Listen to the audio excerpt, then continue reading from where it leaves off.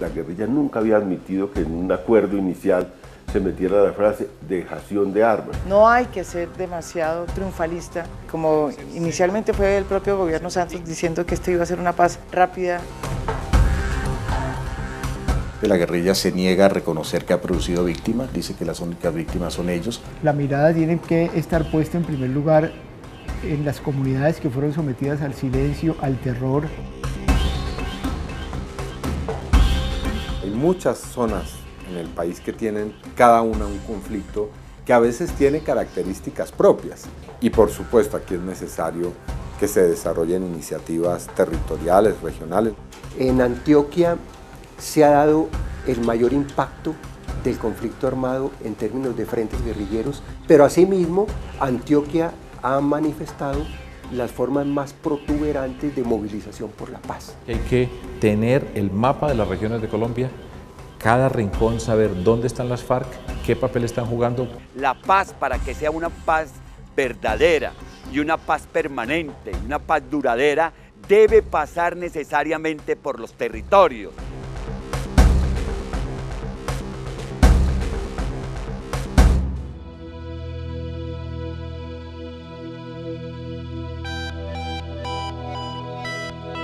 No han sido pocos los intentos por lograr la paz en Colombia. Con algunos de los grupos insurgentes, a principios de los 90, se logró llegar a acuerdos. El M-19, el EPL y el Quintín Lame, entre otras organizaciones, vieron en la Asamblea Constituyente de 1991 la mejor vía para sellar el proceso de paz que adelantaban con el gobierno. No ocurrió lo mismo con el Ejército de Liberación Nacional, ELN, ni con las Fuerzas Armadas Revolucionarias de Colombia, FARC, conformadas ambas en 1964, y quienes decidieron continuar con su lucha armada. En los últimos 30 años han sido 3 los intentos fallidos de diálogos de paz con las FARC. El primero en 1984, durante el gobierno de Belisario Betancur, en el que las FARC crearon el movimiento político La Unión Patriótica, o UP, que se vio empañado por la persecución y asesinato a varios de los integrantes del nuevo partido y por la negativa de los jefes de las FARC de desmovilizarse. El segundo intento de negociación se llevó a cabo durante la presidencia de César Gaviria en 1991. Un tercer intento se dio en el Caguán, durante el gobierno de Andrés Pastrana, recordado por la zona de despeje, que finalmente fracasó y dejó a una guerrilla militarmente fortalecida. Hoy se gesta una nueva oportunidad para lograr esa anhelada paz entre el gobierno colombiano y este grupo guerrillero. Pero esta vez, ¿sí están dadas las condiciones? La manera como se ha organizado el proceso es difícilmente mejorable. Corresponde a un trabajo muy largo, corresponde a acuerdos internos entre quienes han estado preparando las cosas. Incorpora todas las experiencias que tenemos en Colombia de por qué se frustraron procesos de diálogos anteriores. Es muy distinto al momento del Caguán, donde había una FARC que venía fortalecida en sus acciones guerrilleras, había un Estado y un gobierno con muchas debilidades y problemas, y es muy distinto a la tregua del 84, donde fue una tregua que fue como un primer ensayo hacia la paz, y de alguna manera fracasó. Uno quisiera que esta vez fuera de verdad la vencida, sobre todo en el caso del proceso de paz con las FARC. Pero también yo, desde el punto de vista de ciudadana y de periodista, soy bastante cautelosa, precisamente por todo lo que nos ha pasado anteriormente. En principio yo creo que está bien. Tengo, como la mayoría de colombianos, pues la ilusión de que hagamos la paz, porque yo creo que es necesaria para nuestro país. Eso es un lugar común, pero es totalmente cierto. Y tengo también pues cierto escepticismo, porque la historia y la generación mía ya ha visto varias negociaciones, y volver a una mesa de negociaciones pues revive películas pasadas. Durante los 8 años de seguridad democrática del gobierno de Álvaro Uribe, las FARC se vieron diezmadas, varios de sus cabecillas fueron dados de baja y se produjo un debilitamiento de esta guerrilla desde el punto de vista militar y desde el punto de vista político, pues perdieron protagonismo en el escenario internacional. Sin embargo, a pesar de los duros golpes propinados a esta guerrilla por la vía militar, no se logró su derrota definitiva. Ahora el presidente Juan Manuel Santos decidió abrir la puerta para la paz. Se acordaron el propósito, la agenda y las reglas de juego de un proceso que debe ser serio, debe ser digno, debe ser realista y debe ser eficaz. Y las FARC aceptaron sentarse en la mesa de negociación. La salida no es la guerra, sino el diálogo civilizado. Nuestra patria no merece esta guerra que declararon contra ella.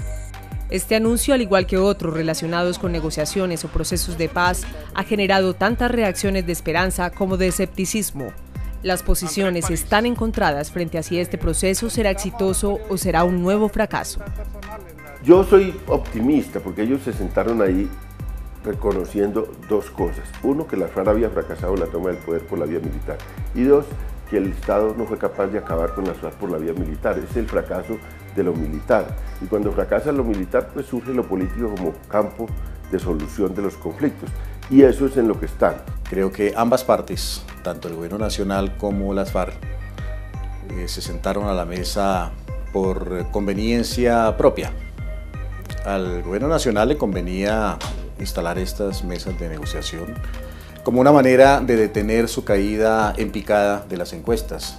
Y a las FARC le interesaban estos diálogos donde fueran y como fueran, porque las FARC necesitaba salir de esos 8 años de marginamiento político a que lo sometió la política de seguridad democrática del gobierno del presidente Uribe. Me preocupa mucho que estemos ahora con la ilusión de un proceso de paz al costo de negociar con la guerrilla la agenda de país. ¿Por qué con los tipos que matan un niño? ¿Por qué con los individuos que dejan un municipio sin energía? ¿Por qué con el grupo terrorista que secuestra? ¿Por qué van a resolver el problema del narcotráfico, de semejante delito? ¿Por qué van a resolver con ese grupo el problema del desarrollo rural, etcétera? Es importante que no presten atención a las objeciones de sectores que viven de la guerra y que les gustaría mucho que fracasara el proceso. Pero la voluntad de esas partes es la que puede hacer exitoso el proceso. Creo yo que el país entero ha depositado la confianza en ellos para que ambos salgan legitimados. Yo tengo como la versión hasta no ver, no creer. Habría que realmente pensar, mirar si ambos, tanto el gobierno como las FARC, están dispuestos a ceder. Porque en estas cosas hay, en un proceso de paz realmente se gana y se pierde. De parte y parte eso sucede. Pues es un proceso de paz hecho a la medida de la guerrilla, es decir, esto no es una negociación, esto es un gobierno que le da una hoja en blanco para que la guerrilla lo rellene y ellos firmar al pie de página. Yo creo que de todas formas hay que tragarse una cantidad de sapos, que son parte de esos 4 o 5 puntos que están planteados en la agenda. Y esos sapos pues todavía no son parte del debate de la opinión pública. Pero ¿cómo lograr que se avance en los 5 puntos de la agenda, que las partes cumplan los acuerdos y que se llegue a una paz duradera?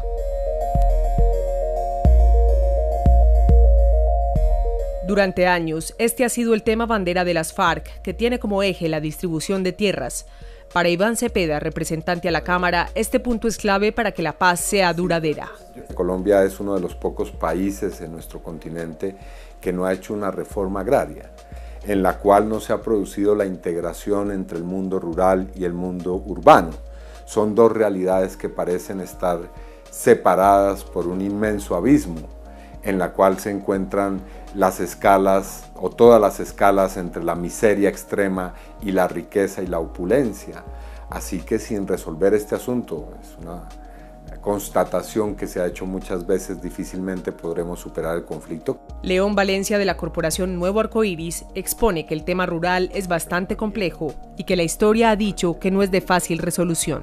Ese ha sido su programa, que tiene como eje la redistribución de tierras. ¿Y a quién redistribuir cuáles tierras? Pues aquí hay sectores como los ganaderos que tienen 40 millones de hectáreas, el 35% del territorio nacional. Si hacen una verdadera redistribución de tierras, pues afectarían a ese sector que es un sector muy poderoso en el campo y políticamente muy poderoso. Es que los dos grandes reformadores de Colombia en el siglo XX, Alfonso López Pumarejo y Carlos Villar Restrepo, fracasaron en la idea de transformar el campo. O sea, lo que estamos hablando de una cosa muy profunda. El gobierno Santos sacó la ley de tierras y dentro de esa ley de tierras hay muchas cosas que tienen que ver con el programa agrario de los guerrilleros. Ahí yo creo que ellos, tanto gobierno como las FARC, se van a poner de acuerdo. El gobernador de Antioquia, Sergio Fajardo, considera que si se logra avanzar en el punto del desarrollo rural, este le abrirá el camino al resto de los temas de la agenda. Buena parte del conflicto que enfrenta el país con las guerrillas está en el sector rural, así tenga ciertas redes de apoyo en temas urbanos, pero ese conflicto ha sido un conflicto rural, esa es la raíz de la existencia de las FARC y yo creo que es acertado que ese sea el primer punto.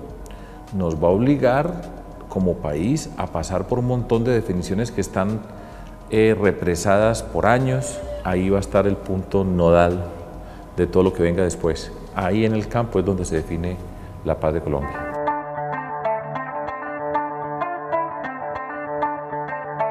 Con la Constitución del 91 debió haber quedado resuelto el tema de las garantías a quienes se desmovilizaran para participar en política.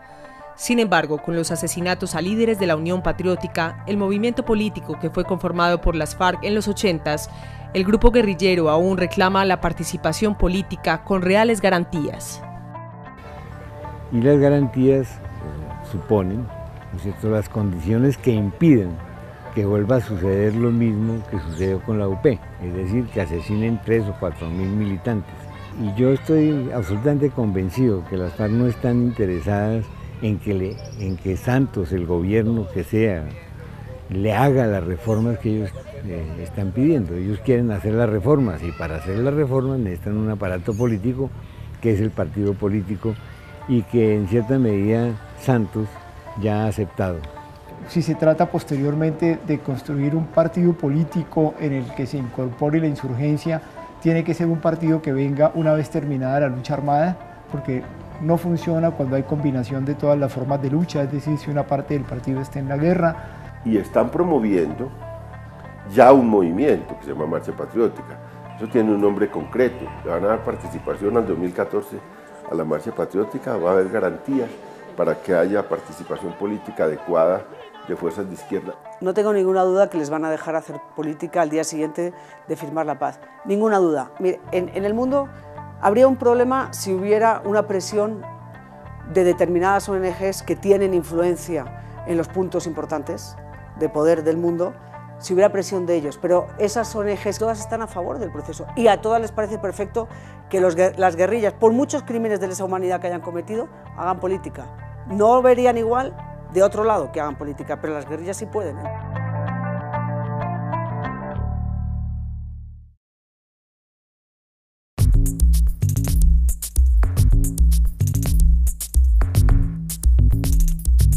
En 30 años de procesos fallidos entre las partes, nunca se había abordado el tema de la dejación de armas. Alias Karina, desmovilizada y quien fue comandante del Frente 47 de las FARC, es escéptica en este punto. Yo recuerdo que las FARC siempre ha tenido la consigna donde habla armas a discreción, paso de vencedores. Pero es que uno también le quedan dudas porque siempre se ha dicho en las FARC, o durante uno estuvo allá, siempre se le inculcó a uno, era que nunca en las FARC iba a existir una desmovilización. Si realmente este acuerdo de paz se da con todo lo que está estipulado dentro de la agenda, solamente ese punto tercero quiere decir que las FARC tienen que archivar sus estatutos. Ahora la dejación de armas está en la agenda y tiene que ver con cómo se pondrá en práctica el acuerdo final. En este punto han surgido interrogantes frente a si todos los que entreguen las armas y quieran hacer parte de un proceso de reincorporación a la vida civil tendrán amnistía, si deberán pagar o no por sus delitos y qué pasará con los insurgentes que hayan cometido crímenes de lesa humanidad. Ellos quieren una amnistía total, general, incondicional, que no los obligue ni siquiera a ir a comparecer ante un juez a contar la verdad sobre sus múltiples crímenes. No lo quieren hacer. Y esa exigencia de la guerrilla es muy difícil de cumplir para el gobierno nacional. Frente a este tema, un estudio del Centro de Memoria Histórica señala que el 58% de los encuestados en 6 regiones del país está de acuerdo con que se castigue severamente a los líderes de las FARC, aunque esto pudiese romper las negociaciones. La sociedad tiene que evaluar seriamente cuál es el porcentaje de justicia que se va a entregar. Eso todavía no está claro. Todavía no sabemos si todos los delitos, todas las personas, todos los jefes de las FARC que están sometidos o acusados con delitos de lesa humanidad van a estar o no formando parte del proceso y van a poder entrar a hacer política. Creo que va a haber una utilización de los mecanismos que impulsa la justicia transicional para que no haya impunidad, pero no necesariamente es una cárcel. El gobierno asegura que no habrá impunidad, pero solo se despejarán estas dudas cuando próximamente se presente el proyecto de ley estatutaria que definirá a qué guerrilleros se les va a judicializar y quiénes podrán participar o no en política. Yo diría que sí se necesita un nivel de justicia, pero un nivel de justicia que tenga expresiones también de justicia restaurativa, justicia reparadora, justicia en términos de compensación, por ejemplo, en informes de verdad histórica. Pero debe haber también un nivel de sanciones penales ante los más graves crímenes, que impliquen a algunos de los principales responsables. También se ha debatido si lo más indicado para iniciar las conversaciones de paz es un cese de hostilidades o si debe seguir la confrontación entre las partes. Van a empezar unas negociaciones sin que la FARC exija, sin que el gobierno exija un cese de actividades criminales de la FARC. Entonces, están negociando, pero al mismo tiempo los atentados que hemos conocido en el país. Y eso desorienta a los soldados, porque el ministro de Defensa les dice, tenemos que garantizar la seguridad, pero ellos también ven a su gobierno negociando con estos terroristas. Entonces el soldado dirá, ¿a quién le hago caso? ¿A Dios o al diablo? Pretender que se puede empezar a negociar, que condición para empezar a negociar es que se suspendan el conflicto, no es conducente porque a la primera confrontación armada que haga una de las partes se paran las conversaciones. En el tema del narcotráfico, algunos creen que se va a empezar una negociación con un grupo guerrillero con ideales políticos que se vale de la actividad ilícita del narcotráfico para financiarse. Otros consideran que son un grupo de narcotraficantes lejos de las ideas revolucionarias de sus inicios, con una posición dominante en el negocio de la cocaína. Según el Centro de Estudios sobre Seguridad y Drogas de la Universidad de los Andes, el 60% del negocio del narcotráfico del país estaría en manos de las FARC. En ese sentido, el narcotráfico es una actividad conexa a su propósito fundamental. Por eso ellos se reconocen como un grupo insurgente y no se reconocen como narcotraficantes. Eso no quiere decir que no estén articulados a esa actividad y se beneficien de esa actividad, pero su papel fundamental no es el narcotráfico. La relación con campesinos que cultivan, el dominio de territorios y la negociación con las redes del narcotráfico como banda criminal, como negocio del narcotráfico, también los ubicó en el territorio y ellos sin duda que han tenido relaciones con ese mundo del narcotráfico. Discutirán y dirán que no tienen que ver, ese es otro problema, pero el narcotráfico también tiene una gran componente rural y si somos capaces de hacer la paz y entendemos con juicio el desarrollo rural, yo no tengo la menor duda de que al narcotráfico se le daría un golpe muy grande. Lo otro que es claro es que el narcotráfico no cesará con esta negociación de paz, pues mientras haya demanda habrá oferta, y son varios los grupos al margen de la ley que hoy siguen detrás del negocio.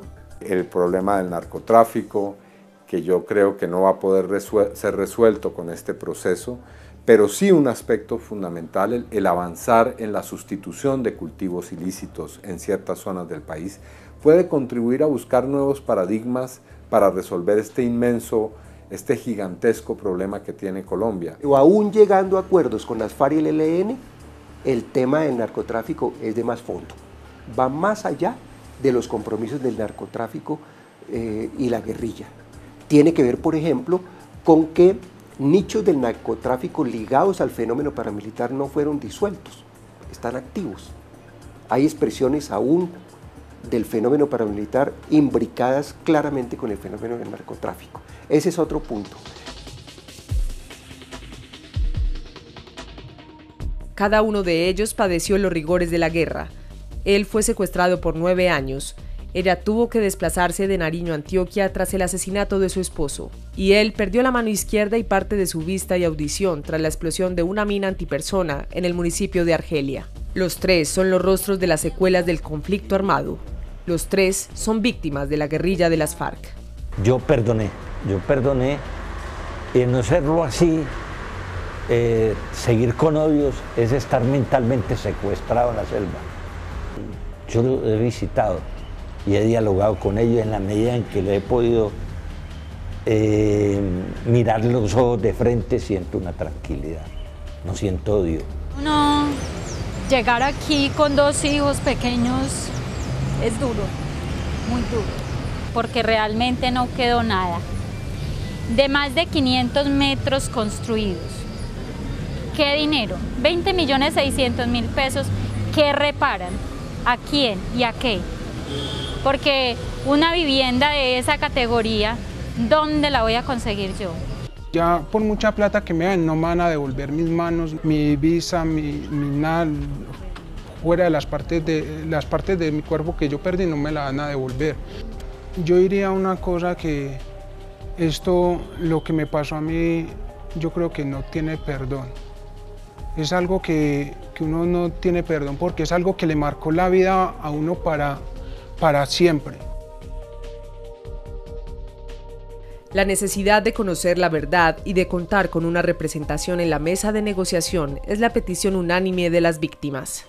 Tienen que decirle la verdad al país, qué hicieron con esos militares, esos policías, mucha gente, porque el dolor sigue. Es que el tema, pues por lo menos en el secuestrado, la familia abriga la esperanza de que le salga en libertad y salga con vida. No sé cuántas personas igual que yo sientan esa necesidad de una verdad que nunca se les dijo, o de una verdad que se les dijo fue manejada, que no se les dio, no se les dijo la verdad.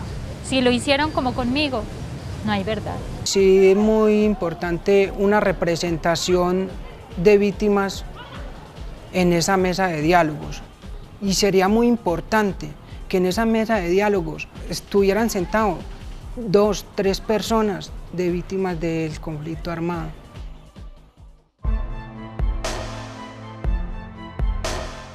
Miles de personas con historias similares a las de ellos tres hoy se preguntan de qué manera en este proceso de paz que se inicia se les van a restituir sus derechos. Yo creo que en un proceso cualquiera que sea, con los paramilitares o con las FARC, ¿sí?, cosa que no sucedió con los paramilitares, el centro de ese proceso deben ser las víctimas. Eso no pasó en el caso de los paramilitares, eso terminó pasando a regañadientos y a posteriori, pero la virtud, o sea, el espíritu, el espinazo de esa ley fue hecha para los victimarios, a favor de los victimarios. En Sudáfrica se hicieron estas comisiones de verdad impresionantes donde víctimas y victimarios se enfrentaban a la cara, se decían las cosas y había una especie como de sanación ahí, ¿sí? Cosa que aquí ni siquiera nunca se hizo, porque yo, que soy víctima del paramilitarismo, nunca pude entrar a una versión libre, a una audiencia de versión libre. Es increíble, nunca pudimos. Yo quiero llamar la atención sobre lo importante que es la verdad para las víctimas. Las víctimas, cuando no encuentran que se les explique la razón de las cosas, quedan muy confundidas. La víctima llega a preguntarse un día, pero ¿sería que había una razón para que nos trataran así? ¿Sería que nosotros tenemos la culpa? Por eso para las personas es muy importante que les digan: no, la verdad es que ustedes eran seres humanos en plena dignidad, ustedes se merecían la vida, nosotros fuimos unos salvajes contra ustedes, nosotros somos los responsables. Para la gente poder perdonar, esto es absolutamente necesario. La restitución de tierra está pensada a 10 años, la reparación administrativa también demorará, pero sobre todo las labores de verdad, de reconciliación del país, de dignificación de todas esas poblaciones. Tendremos un posconflicto largo, como hemos tenido un conflicto largo.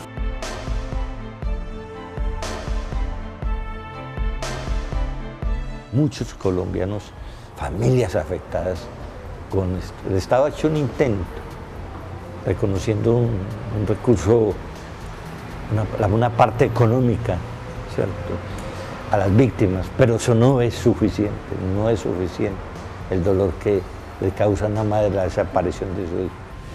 Cuando escucho a alguien que dice que un duelo es duro, es más duro no tener el duelo.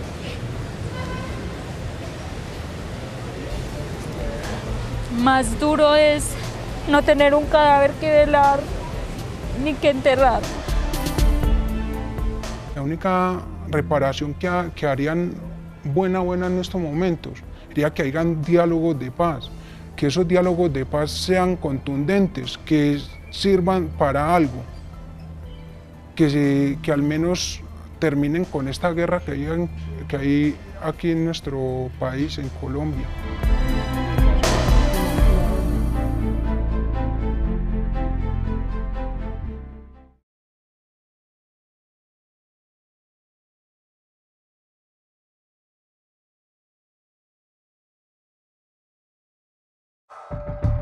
El próximo miércoles 17 de octubre se instalará la mesa de negociación en Oslo y la mayoría de analistas coinciden en que allí solo se llevarán a cabo actos protocolarios, pero que la discusión central de la agenda temática se desarrollará en La Habana. Frente a la importancia de que en la mesa se tengan en cuenta las realidades y particularidades de cada territorio y de cada región, se han manifestado varios alcaldes y gobernadores del país convencidos de que es en las regiones donde el conflicto ha sido más inclemente y por ende la trascendencia de su participación durante y después del proceso de negociación. El gobernador de Antioquia, Sergio Fajardo, cree que los acuerdos de paz deben pasar necesariamente por los territorios. Lo primero es que la paz de Colombia pasa por las regiones. Eso no es una negociación en abstracto de conceptos generales, sino que hay que tener el mapa de las regiones de Colombia, cada rincón saber dónde están las FARC, qué papel están jugando, qué tipo de comunidades están afectadas por ese mundo donde las FARC han tenido presencia, y eso hay que entenderlo muy bien. Y eso no va a dar una fórmula única para la paz en Colombia en el sector rural. Y ser capaces de establecer una tipología, saber, conocer la complejidad de ese territorio. Creo que las regiones son determinantes.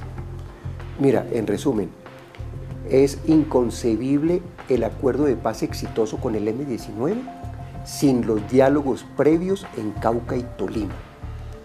Es incomprensible el pacto de paz con el EPL sin que se hubiera superado la violencia en el tratamiento de los conflictos sindicales y se hubieran buscado acercamientos entre sectores como el ganadero, el campesino, el de los trabajadores y el Estado, y se hubiera desmontado la jefatura militar en Urabá. Estoy convencido que tiene que ser desarrollos regionales, sobre todo en las zonas rurales del país. Es allá donde se ha dado la guerra, de tal suerte que realmente haya redistribución de las tierras, que se devuelvan las tierras a los campesinos a los cuales se les arrebató lo que tenían, que los pueblos rurales que fueron sometidos a la ignominia y al silencio puedan volver a vivir con fuerza como comunidades con vida, que la gente que huyó pueda regresar a sus territorios. Es necesario que haya pactos de paz no solamente nacionales, sino que en cada territorio, en cada región, haya un pacto de paz también, porque el conflicto no ha sido simplemente en las élites o en los niveles centrales, sino que, repito, hay muchas zonas en el país que tienen cada una un conflicto que a veces tiene características propias, ¿no? Es decir, como que si no tuviéramos una sola guerra, sino muchos conflictos regionales también. Pero ¿de qué manera se van a aterrizar los eventuales acuerdos de paz a los territorios? ¿Deberán las regiones empezar a construir la paz de manera simultánea a la mesa de negociación o posterior a la posible firma de los acuerdos? Nosotros hemos desde el Congreso propuesto que se consolide el Consejo Nacional de Paz, que tenga también consejos departamentales e incluso municipales en los cuales estén las fuerzas vivas de cada una de las regiones. El Congreso va a convocar mesas de trabajo que tendrán sesiones en cada uno de los grandes territorios del país. E igualmente vamos a incentivar que los ciudadanos participen a través de enviar sus propuestas a la mesa. Tiene que ser una acción rápida y que también esté en lo posible acompasada con la mesa de negociación. No tendría sentido que se comiencen a discutir asuntos que ya de alguna manera han sido acordados. Los que hacen la negociación, los que hacen las paz son los que tienen las armas. Y los que tienen las armas son dos fuerzas que están centralizadas. El ejército está centralizado y el gobierno y las guerrillas también, por lo tanto son las cúpulas las que tienen que negociar.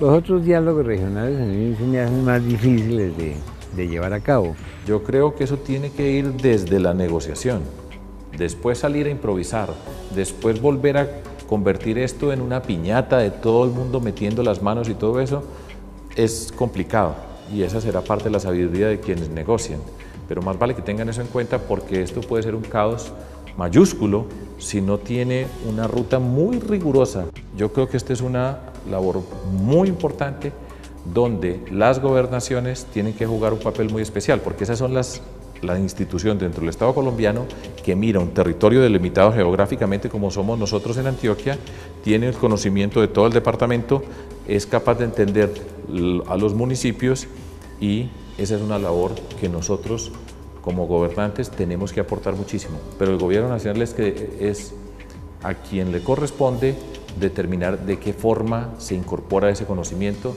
si lo quieren incorporar. Algunos resaltan la necesidad de involucrar no solamente a los gobiernos departamentales y locales en la construcción de iniciativas de paz, sino también a la sociedad civil, con el fin de que ésta se apropie del proceso y de los diálogos. Es sentarnos en los territorios a trabajar entre todos. Cuando digo entre todos, digo los muchachos que dejaron la guerra, los pescadores, los campesinos, los empresarios, la gente que está en el mundo de la minería, los políticos regionales, la gente que está en la educación y configurar juntos lo que se llama el plan de ordenamiento territorial. ¿Cómo no entender también que va a haber un nivel de protagonismo de sectores campesinos, de sectores indígenas, etcétera, cuando de fondo, al tratar causas del conflicto, más que hablar con la guerrilla, hay que hablar con este tipo de sectores para recoger diversas opiniones? Hay ya iniciativas de la sociedad civil, como la Ruta Social por la Paz, como la Alianza de las Universidades por la Paz, y como muchas otras redes sociales que están trabajando en cada una a su forma a contribuir en este proceso.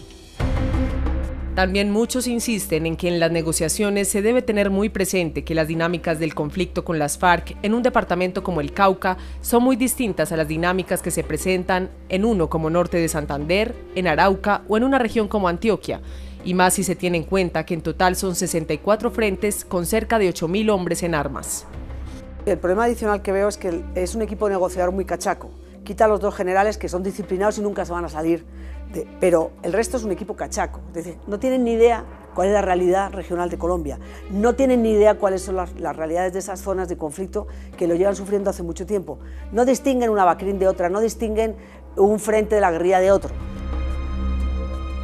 No todos los frentes tienen una relación de la misma intensidad con el narcotráfico. Algunos tienen una relación importante con la minería, otros con las producciones convencionales como la ganadería, otros con el uso de los recursos económicos articulados a actividades como el transporte, el comercio. Cada frente recoge sus recursos de los territorios en términos de lo que los territorios producen. Y por eso hay una diferencia en términos de la capacidad económica y operativa de los frentes. Pero también es importante que se señale que cada frente es igualmente una expresión de las culturas regionales. FARC en los llanos orientales, incluso un poco en el centro del país, digamos, tiene una presencia más histórica que está asociada, digamos, como a su origen fundacional, y en ese sentido, digamos, tiene un contexto diferente, que tiene, digamos, unas raíces como una base social importante, diferenciada un poco, digamos, de lo que hemos visto en los últimos años, que es más, digamos, como esta parte pacífico, en donde, digamos, se articula como en diferentes dinámicas, un poco entendiendo también la presencia en esas zonas de bandas criminales, un poco la interacción que ha habido en estos departamentos, que si bien también han habido disputas, pues también digamos la realidad y la evidencia empírica lo que arroja es también como la realización de alianzas entre estos tipos de grupos. Yo creo que pues las particularidades regionales hay que construirlas precisamente en esta etapa preparatoria, en esta etapa antes de que lleguen los acuerdos de Cuba y de Oslo. Hay que llegar y decir, bueno, ¿cómo sería este proceso? Porque hay unos entramados muy distintos del conflicto.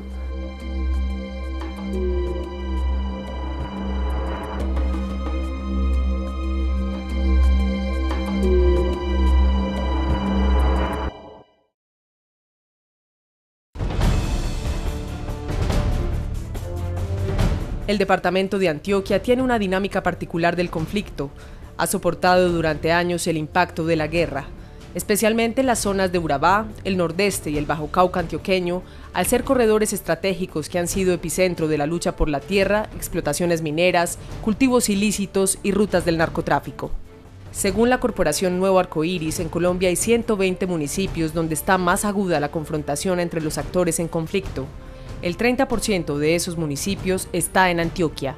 Hoy en día en el departamento operan los frentes 18 y 36 en el norte, Bajo Cauca y nordeste, y con poca fuerza el frente 9 en el oriente y el frente 5 en el Urabá antioqueño.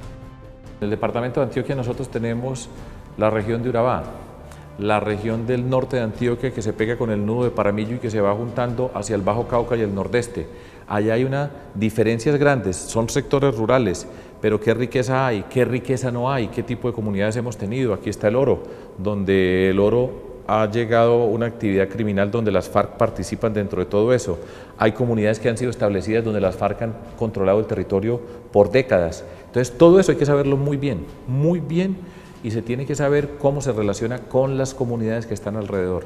Porque lo que nosotros no nos podemos permitir es que se firme un acuerdo de paz que esté cojeando desde el comienzo y que los conflictos que existen o la precariedad que existe en nuestro territorio no se resuelva, no se establezca una ruta para resolverlo y volvamos a tener otro tipo de violencia.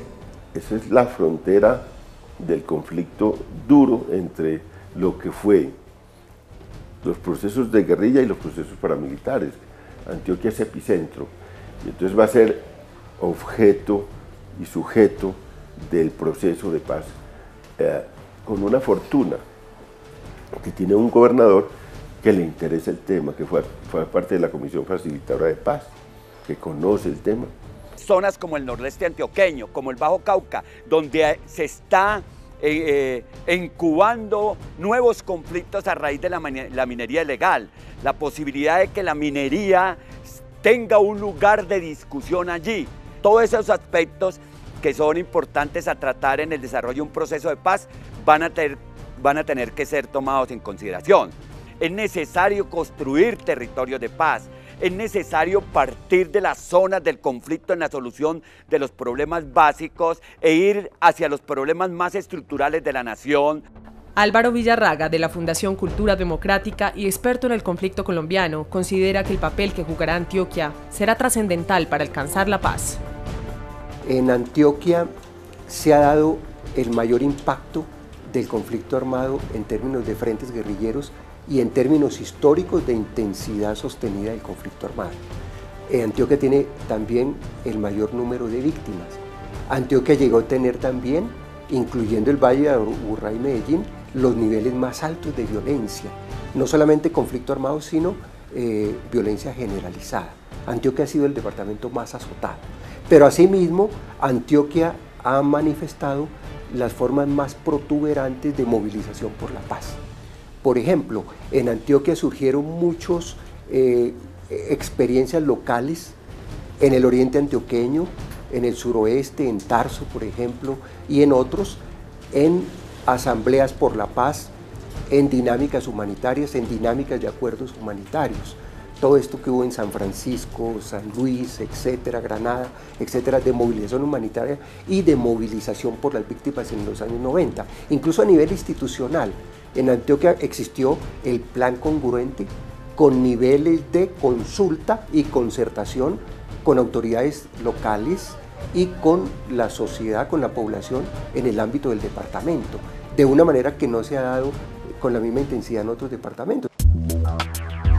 En el tema de la posible reincorporación a la vida civil de los guerrilleros de las FARC, María Jimena Duzán, periodista y columnista de la revista Semana, advierte que no se puede dar la espalda a las regiones porque justamente son ellas las que reciben todo el peso de lo que se definen los acuerdos de paz. Como ocurrió en la década pasada con el proceso de la desmovilización de las autodefensas, que en mucha parte lo asumió Medellín. El peso de la desmovilización, de los desmovilizados, lo asumió Medellín. Y yo creo que fue demasiado peso, primero que todo, sin ninguna planificación. Y a pesar de los esfuerzos que hizo el entonces alcalde Fajardo por darle un orden al tema, pues fue, yo diría, un fracaso complicado. Yo sí creo que esa es una discusión que se tiene que dar incluso antes, y es antes de que se firmen esos cinco puntos. En esos 5 puntos no está el tema de la desmovilización como tal. El tema más importante es cómo se va a desmovilizar esa gente. Y ahí van a tener que estar todas las regiones con sus particularidades. Así que no nos pase lo mismo que la vez pasada, sino que haya un ordenamiento para saber qué le conviene a Medellín, qué le conviene a Bogotá, qué le conviene a Cali, ¿sí? Y las grandes ciudades, somos un país de ciudades además, no solamente de regiones, sino de ciudades. Yo espero que el gobierno nacional tenga la capacidad para aprender de lo que nos ocurrió, porque en el proceso, por ejemplo, con las autodefensas, yo recuerdo cuando yo llegué de alcalde, miren, están estos que ya negociaron y nos tocó entonces a nosotros empezar a recibir, pero no había una estructura para recibir personas desmovilizadas, la fuimos construyendo.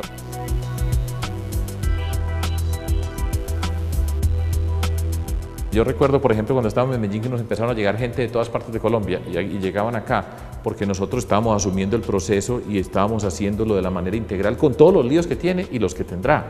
Pero eso tiene que estar muy claro. Fue muy ingrato, digamos, el gobierno nacional después con Fajardo y con Salazar, porque ellos le metieron duro a ese proceso y no les pagaron bien, porque terminaron muchas veces con acusaciones, los dejaron muy solos. Quizás en esta oportunidad va a ser distinto, quizás tienen unos interlocutores en la política nacional mucho más comprometidos.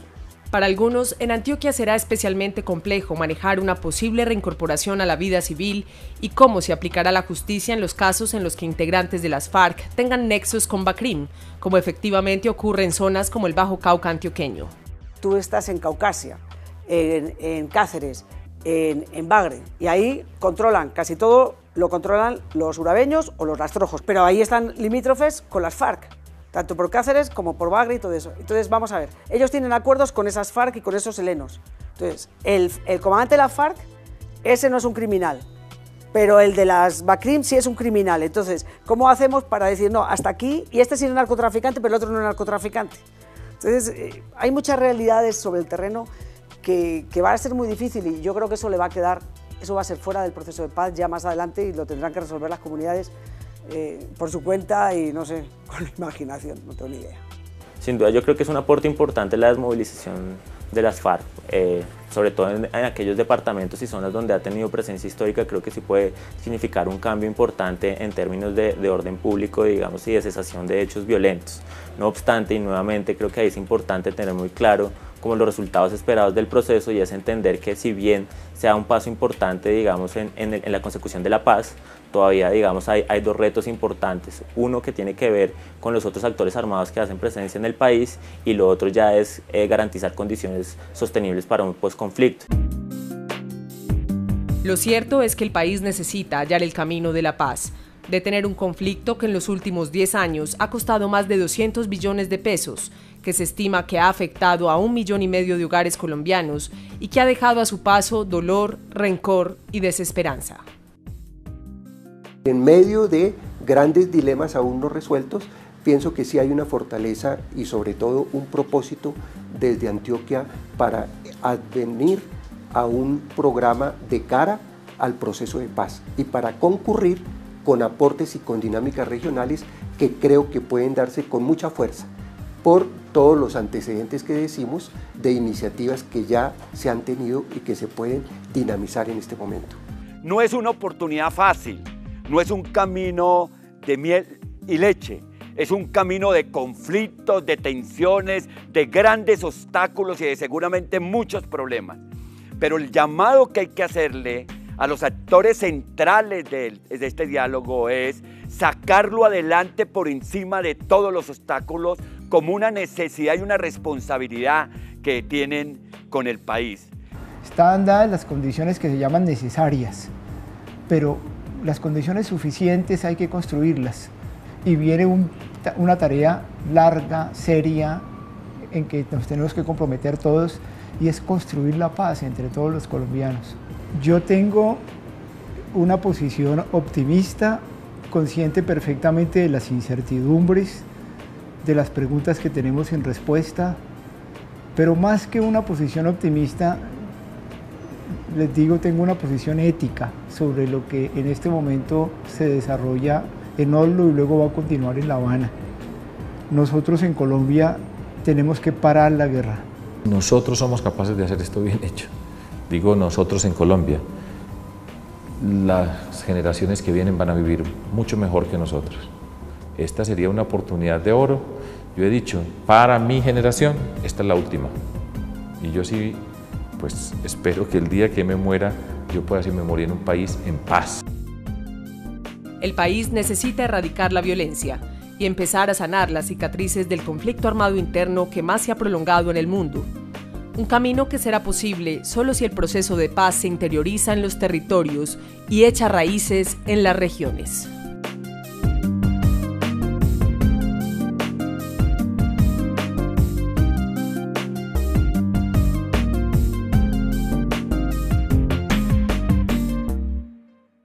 Y por la negativa de los jefes de las FARC de desmovilizarse. El segundo intento de negociación se llevó a cabo durante la presidencia de César Gaviria en 1991. Un tercer intento se dio en el Caguán, durante el gobierno de Andrés Pastrana, recordado por la zona de despeje, que finalmente fracasó y dejó a una guerrilla militarmente fortalecida.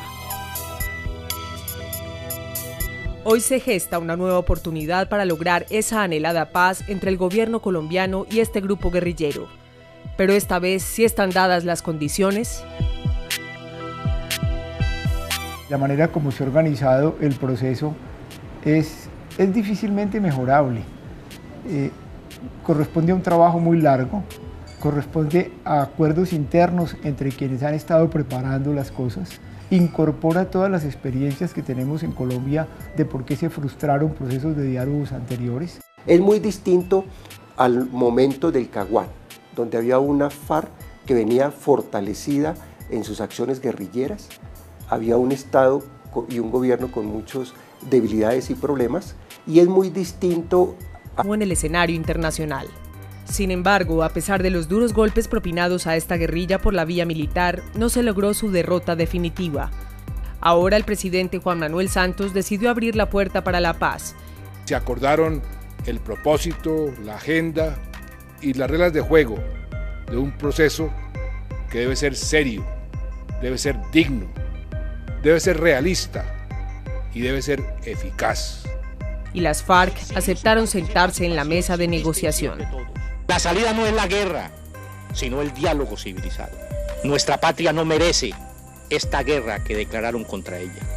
Este anuncio, al igual que otros relacionados con negociaciones o procesos de paz, ha generado tantas reacciones de esperanza como de escepticismo. Las posiciones están encontradas frente a si este proceso será exitoso o será un nuevo fracaso. Yo soy optimista porque ellos se sentaron ahí reconociendo dos cosas. Uno, que la FARC había fracasado en la toma del poder por la vía militar. Y dos, que el Estado no fue capaz de acabar con las FARC por la vía militar. Es el fracaso de lo militar. Y cuando fracasa lo militar, pues surge lo político como campo de solución. La guerrilla nunca había admitido que en un acuerdo inicial se metiera la frase dejación de armas. No hay que ser demasiado triunfalista, como inicialmente fue el propio gobierno Santos diciendo que esto iba a ser una paz rápida. La guerrilla se niega a reconocer que ha producido víctimas, dice que las únicas víctimas son ellos. La mirada tiene que estar puesta en primer lugar en las comunidades que fueron sometidas al silencio, al terror. Hay muchas zonas en el país que tienen cada una un conflicto que a veces tiene características propias. Y por supuesto aquí es necesario que se desarrollen iniciativas territoriales, regionales. En Antioquia se ha dado el mayor impacto del conflicto armado en términos de frentes guerrilleros, pero asimismo Antioquia ha manifestado las formas más protuberantes de movilización por la paz. Hay que tener el mapa de las regiones de Colombia, cada rincón, saber dónde están las FARC, qué papel están jugando. La paz, para que sea una paz verdadera y una paz permanente, una paz duradera, debe pasar necesariamente por los territorios.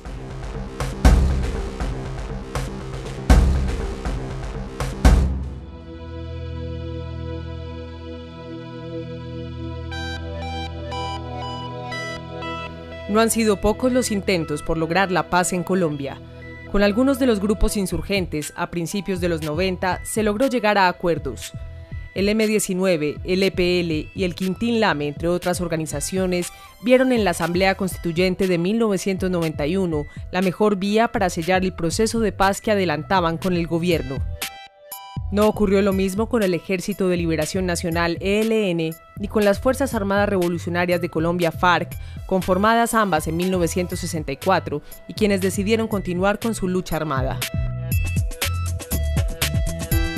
En los últimos 30 años han sido 3 los intentos fallidos de diálogos de paz con las FARC. El primero en 1984, durante el gobierno de Belisario Betancur, en el que las FARC crearon el movimiento político La Unión Patriótica, o UP, que se vio empañado por la persecución y asesinato a varios de los integrantes del nuevo partido. A la tregua del 84, donde fue una tregua que fue como un primer ensayo hacia la paz y de alguna manera fracasó. Uno quisiera que esta vez fuera de verdad la vencida, sobre todo en el caso del proceso de paz con las FARC. Pero también yo, desde el punto de vista de ciudadana y de periodista, soy bastante cautelosa, precisamente por todo lo que nos ha pasado anteriormente. En principio yo creo que está bien. Tengo, como la mayoría de colombianos, pues la ilusión de que hagamos la paz, porque yo creo que es necesaria para nuestro país. Eso es un lugar común, pero es totalmente cierto. Y tengo también pues cierto escepticismo, porque la historia y la generación mía ya ha visto varias negociaciones, y volver a una mesa de negociaciones pues revive películas pasadas. Durante los 8 años de seguridad democrática del gobierno de Álvaro Uribe, las FARC se vieron diezmadas. Varios de sus cabecillas fueron dados de baja y se produjo un debilitamiento de esta guerrilla desde el punto de vista militar y desde el punto de vista político, pues perdieron protagonismo.